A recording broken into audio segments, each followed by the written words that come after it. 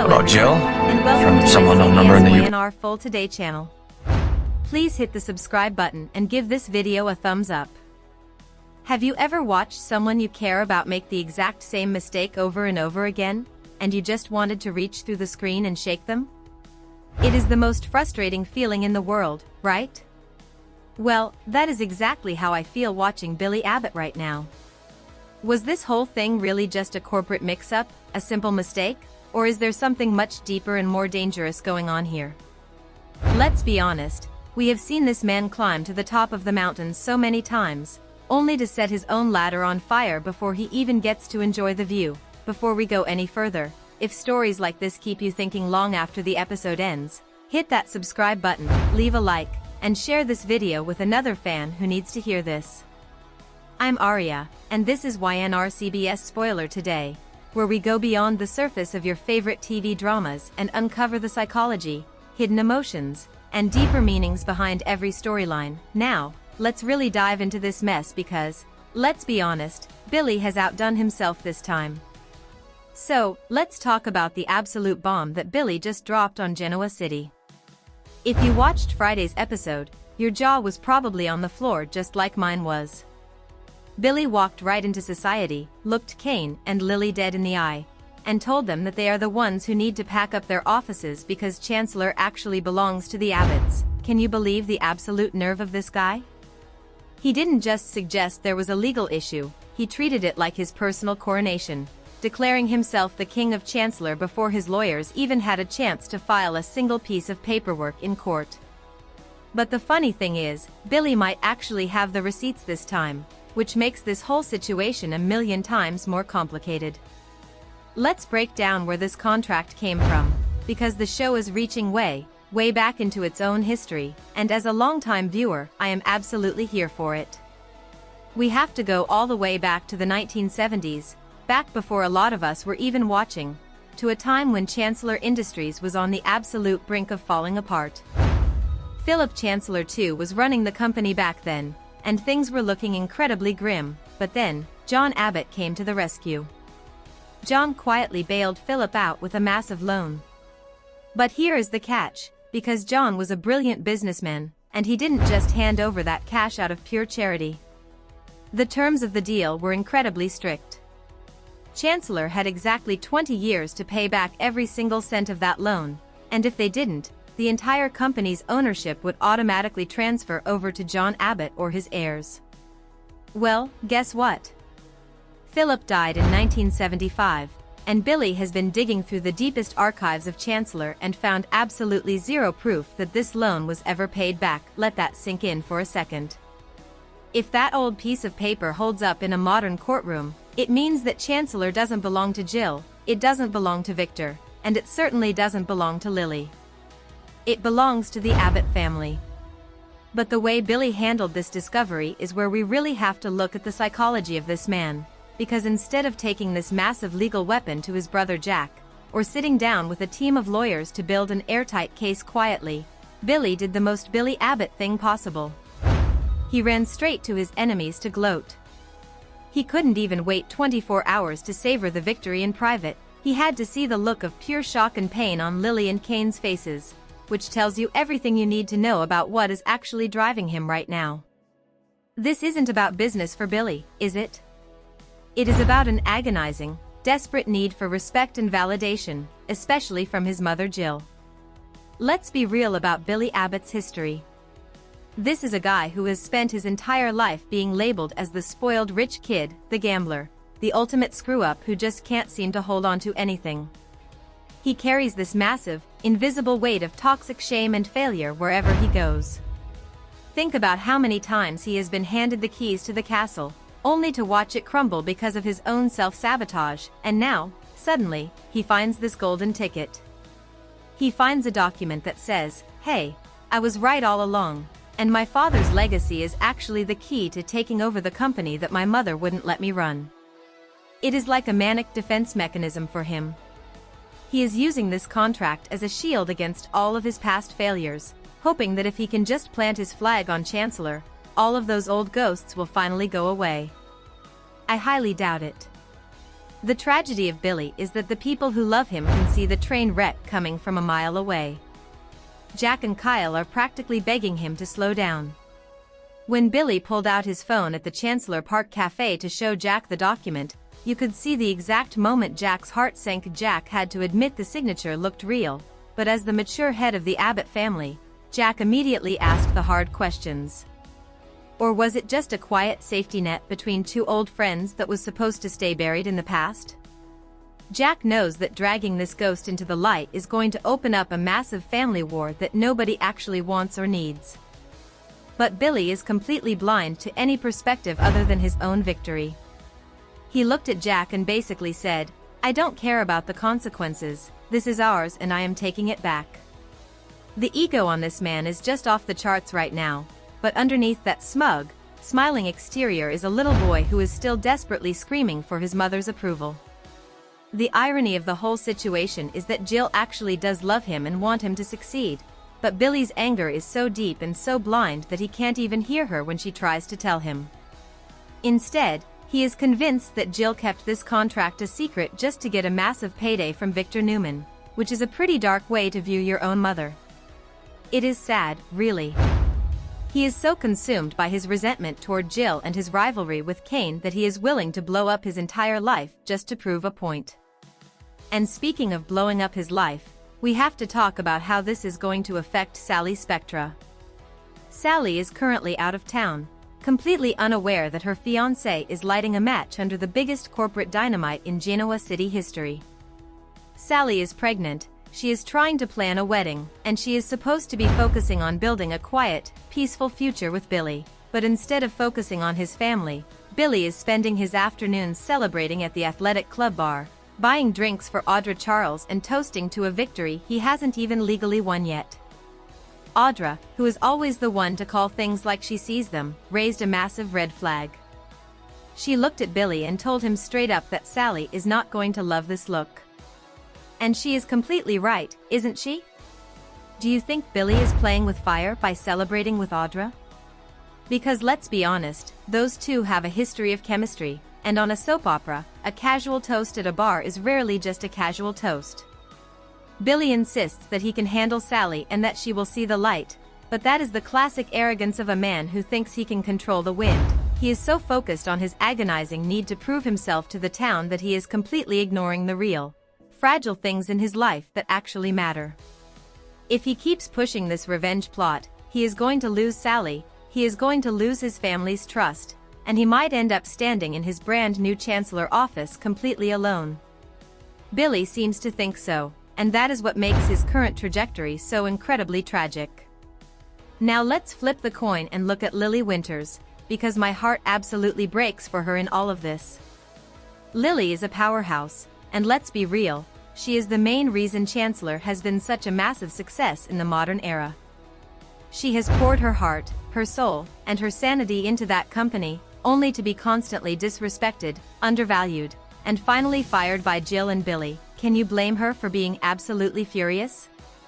When she walked into society on Monday and told Billy he was fired, it wasn't just a business move, it was an emotional boundary. She was finally standing up for herself and refusing to let Billy drag her legacy down with his reckless games. But then Billy dropped the ultimate bomb, telling her that she doesn't even own the company she has been fighting so hard to protect.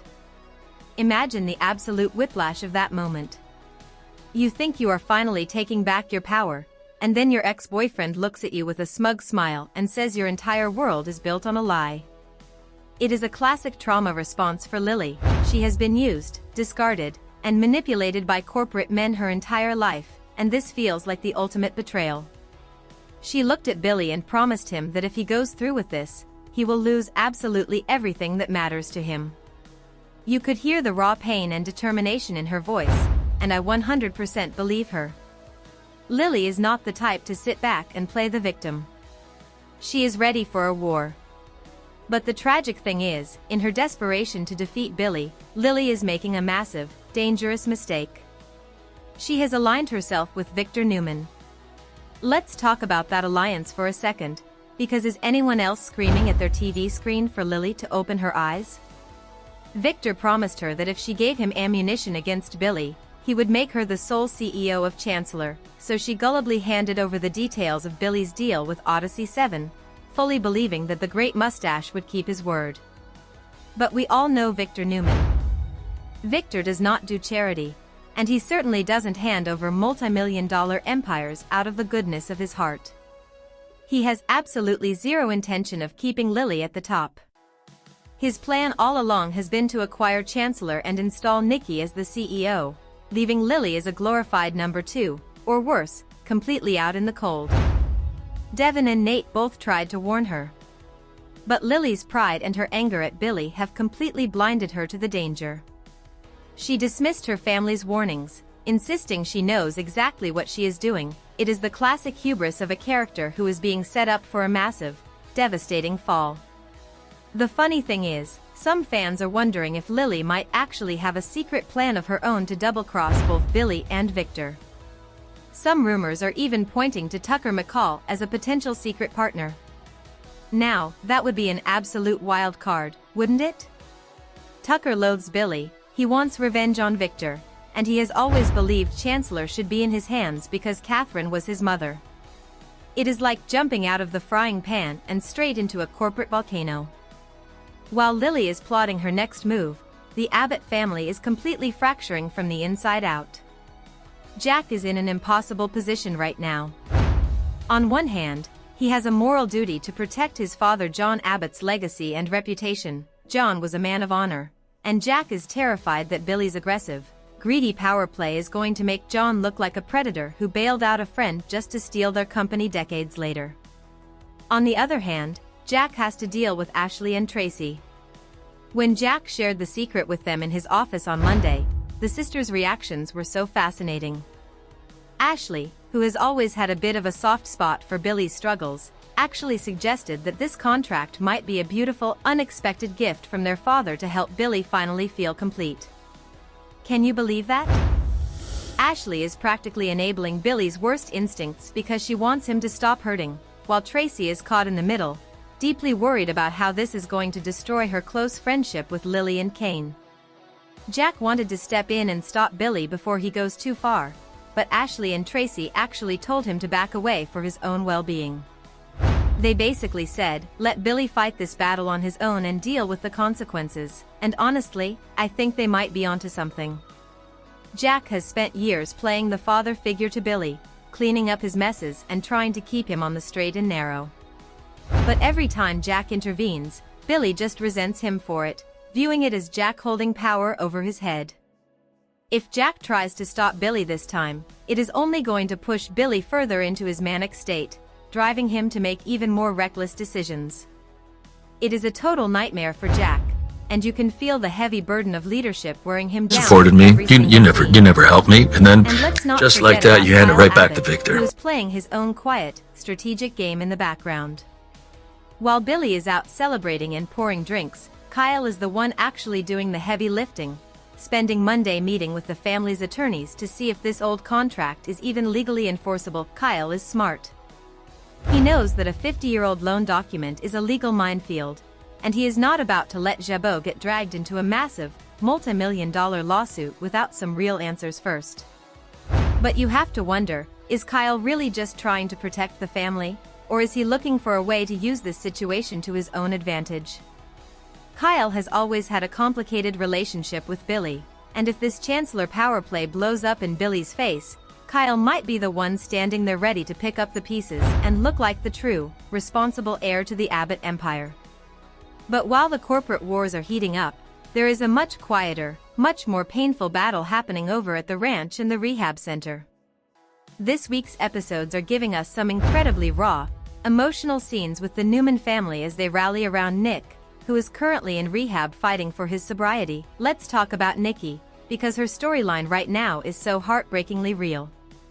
Nikki is caught in that awful, agonizing trap that every parent of an addict knows all too well. How much do you tell them? How much do you protect them? And when does a simple white lie actually become toxic?